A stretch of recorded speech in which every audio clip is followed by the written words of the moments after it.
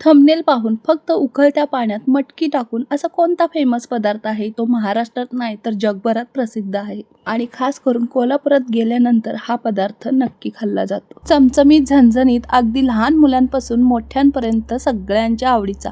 आणि हो, पोट भरेल पण मन भरणार नाही। चला तर मग करूया सुरुवात। आणि हो, तुम्ही तुमच्या पद्धतीने बनवतच असाल पण माझ्या पद्धतीने एकदा तरी बनवून पहा, हॉटेलला जाणं विसरून जाल, इतकी छान टेस्ट आहे। सर्वात आधी आपल्याला इथे कुकरला 4 ते 5 बटाटे उकडवून घ्यायचे आहेत। बटाटे आपल्याला मस्त असे मऊ शिजवून घ्यायचे आहेत। कुकरच्या 4 शिट्ट्या झालेल्या आहेत बघा, बटाटे छान शिजले आहेत। मी बाजूला काढून ठेवला आणि एका कढईमध्ये आता आपल्याला पाणी गरम करायला ठेवायचं आहे आणि इथे मी 2 पातेली पाणी घेतलेलं आहे। हे अर्धा लिटरचा पातेला आहे। ह्या पातेल्याने मी 2 पातेली पाणी घेतलं, म्हणजे 1 लिटर पाणी आपलं झालेलं आहे। हा 6 ते 7 माणसांच्या अंदाजाने मी रस्सा करत आहे। तुम्ही तुमच्या माणसानुसार किंवा अंदाजानुसार हा रस्सा बनवू शकता, असं काय नाही कमी जास्त, पाणी कितीही तुम्हाला हवंय तेवढं तुम्ही घेऊ शकता। आता काय करायचं, पाणी गरम झाल्यानंतर यामध्ये ना अर्धा चमचा हळद आणि 1 चमचाभर मीठ टाकायचं आहे चवीनुसार। पाण्याला उकळी आल्यानंतरच मी यामध्ये हळद मीठ टाकलं आणि ना आपली जी मटकी आहे ना ती स्वच्छ धुवून यामध्ये मी टाकलेली आहे। मटकी आपली 1 दिवस भिजत घालून रात्रभर मोड आणलेली आहे। मटकी तुम्ही तुमच्या आवडीप्रमाणे यामध्ये टाकू शकता। इथे पाव किलो मटकी मी टाकलेली आहे। आता ही मटकी आहे ना 5 मिनिटं मंद आचेवर आपल्याला शिजवून घ्यायचं आहे, जास्त वेळ नाही, फक्त 5 मिनिटच। एकदा का उकळी आली की 5 मिनिटं आपल्याला फक्त ह्या मटकीचा अर्क त्या पाण्यामध्ये मिसळेपर्यंत एक मंद आचेवर 5 मिनिटं शिजवून घ्यायचे आहे।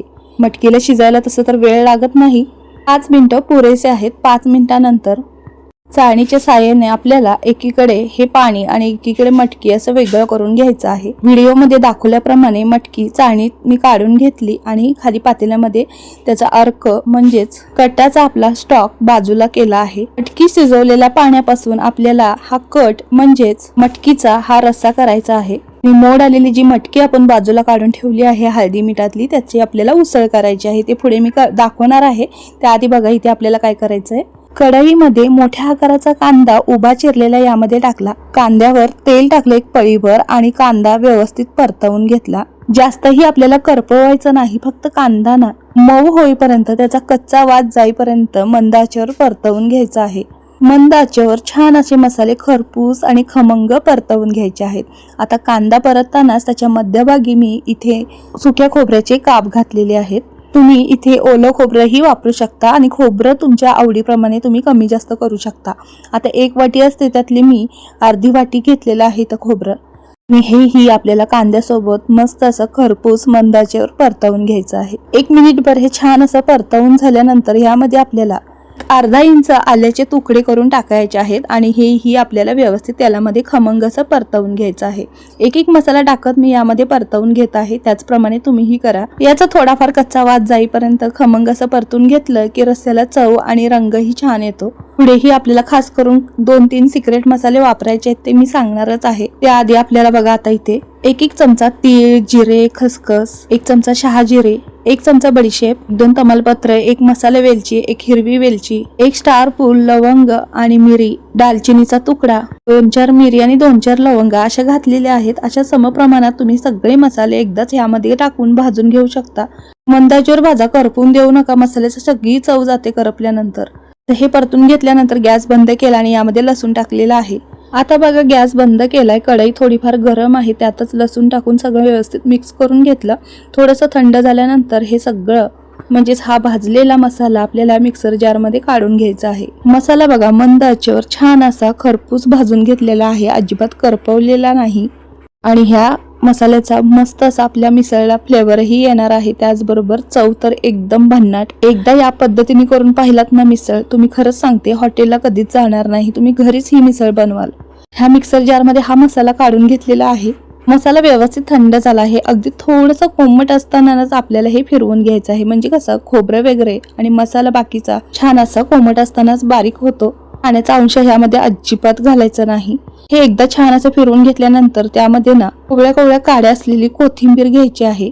भरपूर अशी कोवळ्या काड्या असलेली कोथिंबीर घेतली, स्वच्छ धुवून आणि यामध्ये घातलेली आहे आणि 3 ते 4 टोमॅटो पिकलेले गरगरीत असे लाल भडक यामध्ये घालून हे सगळं एकदा मस्त असं फिरवून घेतलं।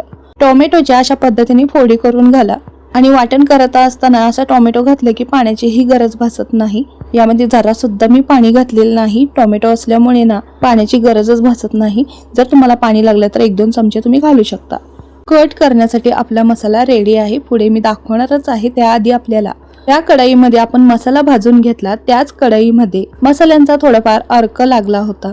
त्यामध्येच मी पळी तेल घातलं. तेलामध्ये आपण मगाशी मटकी जी शिजवून ठेवली होती ती यामध्ये टाकली आणि त्याच मटकीवर आपल्याला इथे अर्धा चमचा हळद, 1 चमचाभर मीठ मात्र तुमच्या चवीनुसार तुम्ही घालू शकता आणि 1 चमचा कांदा लसूण मसाला घातला आणि छान असं हे परतवून घेतलं. ही आपली उसळ ना तयार आहे. मटकीचे मोड तर व्यवस्थित शिजले आहेत. फक्त आपल्याला 1 मिनिटभर हे सगळे मसाले मिक्स करत तेल सुटेपर्यंत परतवून घ्यायचं आणि शेवटी यामध्ये थोडासा मिसळ मसाला भुरभुरून घेत आहे. तो अगदी तुमच्या आवडीप्रमाणे कोणत्याही ब्रँडचा तुम्ही वापरू शकता. मिसळ मसाला 1 चमचाभर होईल एवढं टाकलं आणि छान असं हे मिक्स करून घेतलं. आता हे बाजूला काढून घेत आहे मी सगळं. म्हणजेच ही जी आपली उसळ तयार झाली आहे ती बाजूला काढून घेत आहे. अशा पद्धतीने ही तयार झालेली उसळ एका भांड्यामध्ये काढून घेतली सगळी. आणि आता काय करायचं आहे, याच कढईमध्ये आपल्याला मिसळचा कट बनवायचा आहे. तुम्हाला वेगळं भांडं घ्यायचं असलं तर तुम्ही तुमच्या पद्धतीने वापरू शकता. जास्त पसारा न करता एकाच भांड्यात कसं केलं ते दाखवलं आहे. आणि कसं जास्त पसारा न करता जर एकाच भांड्यात होत असेल तर कशाला ढिगभर भांडी काढायची ना. आणि आज रविवार होता आणि रविवारची सकाळची नाश्त्याची ही तयारी होती. सकाळच्या घाई गडबडीत मला ढिगभर पसारा असला तर काहीच सुचत नाही आणि मिसळ म्हटलं तर ढिगभर भांड्याचा राडा होतो. पण जास्त पसारा न करता एकाच भांड्यात कसं केलं स्टेप बाय स्टेप मी दाखवलं आहे. आणि ह्या टिप्स मात्र सगळ्या मैत्रिणींना, सगळ्या महिलांना आवडतील याची मात्र खात्री देते. कमेंट करून नक्की सांगा हा. आणि त्याचबरोबर हा व्हिडिओ तुम्ही कुठून पाहताय तेही मला नक्की सांगा. आता बघा, ज्या कढईमध्ये आपण उसळ परतवून घेतली ती बाजूला काढली. त्याच कढईमध्ये 3 पळी तेल घेतलं. कट म्हटल्यावर तेल आपल्याला ढिगभर ओतायचं नाही. 3 पळी पुरेसं होतं. आणि तसंही आता उन्हाळा आहे आणि या कटामुळे त्रास होऊ शकतो. त्यामुळे ना जास्त तेल आपल्याला कट येण्यासाठी ओतायची गरज नाही. अगदी 3 पळी पुरेसं आहे. आणि आता बघा, तेल तापल्यानंतर ना डायरेक्ट आपल्याला यामध्ये ना जे आपण वाटण करून ठेवलं आहे ना मिसळचं ते घालायचं आहे. आणि तेलामध्ये ना व्यवस्थित हे परतवून ना 1 मिनिटभर तेल सुटेपर्यंत परतवून घ्यायचं आहे हे वाटण. हा मसाला आपण म्हणजे हे वाटण न करायच्या आधी ही छान असा मसाला भाजून घेतला होता. आणि आता हे बारीक झाल्यानंतर जो कच्चापणा थोडाफार राहिला असेल तोही छान असा परतवून घ्यायचा. छान तेल सुटेपर्यंत हे वाटण छान परतवून झाल्यानंतर त्यामध्ये आपल्याला चवीनुसार मीठ, हळद घालायची आहे. त्याचप्रमाणे अर्धा चमचा हळद, 1 चमचा मीठ, 2 मोठे चमचे कांदा लसूण मसाला, कोल्हापुरी कांदा लसूण मसाला आहे. तुम्ही तुमच्या वापरण्यातला कोणताही मसाला तुमच्या आवडीप्रमाणे घालू शकता. आणि जो सिक्रेट मसाला म्हटला तो यामध्ये ना आवर्जून घालायचा आहे. तो म्हणजेच 1 मोठा चमचा किचन किंग मसाला. मगाशी तुम्हाला मी घालताना दाखवलेला आहे, अंदाजानेच मी घातला आहे. तुम्ही 1 मोठा चमचा घाला. हे सगळे पावडर मसाले घालून 1 मिनिटभर छान असं परतवून घ्यायचं परत एकदा तेल सुटेपर्यंत.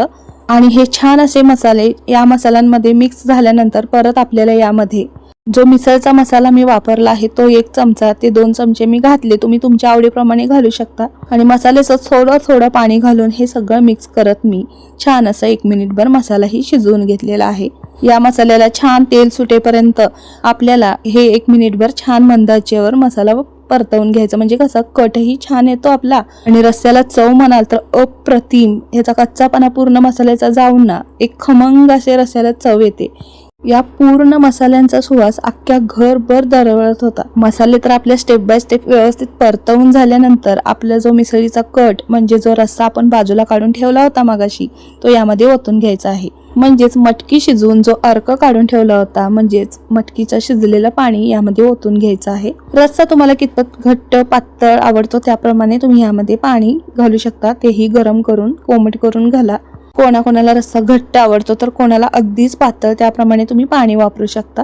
आणि आम्हाला हा रस्सा ना एकदम पातळ आवडतो त्यामुळे मी पाणी थोडं वापरलं आहे. यामध्ये पाणी आपण कोमट वापरलं होतं त्यामुळे ना रस्स्याला लगेचच उकळी आली आहे. आणि मोठ्या आचेवर ह्याला व्यवस्थित उकळी आणली की मंद आचेवर गॅस करून 5 मिनिटं तरी हा रस्सा छान असा शिजवून घ्यायचा. हा आता असा दिसत आहे पण ह्याच्यानंतर ना थोडासा थंड झाल्यावर ह्याचा वरचा कट आहे ना तो डार्क होतो.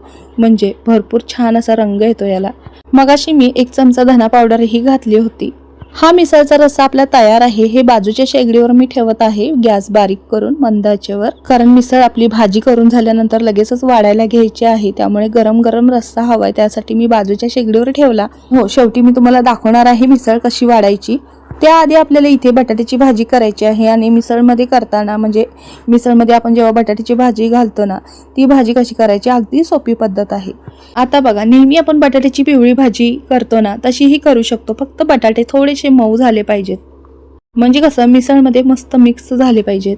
आता बघा, इथे ना मी तेल टाकलं. तेल टाकल्यानंतर जिरं टाकलं. जिरं छान फुलल्यानंतर यामध्ये बारीक चिरलेली मिरची, कांदा टाकला आणि छान असं परतवून घेतला. बटाटा मऊ झाला आहे. मी सुरीच्या साहाय्यानेच असं बारीक करून घेतलेला आहे. तुम्ही कुस्करूनही घेऊ शकता. यामध्ये बटाटा टाकला. बटाट्यामध्ये हळद, मीठ चवीनुसार टाकून हे सगळं व्यवस्थित मिक्स करून घेतलं.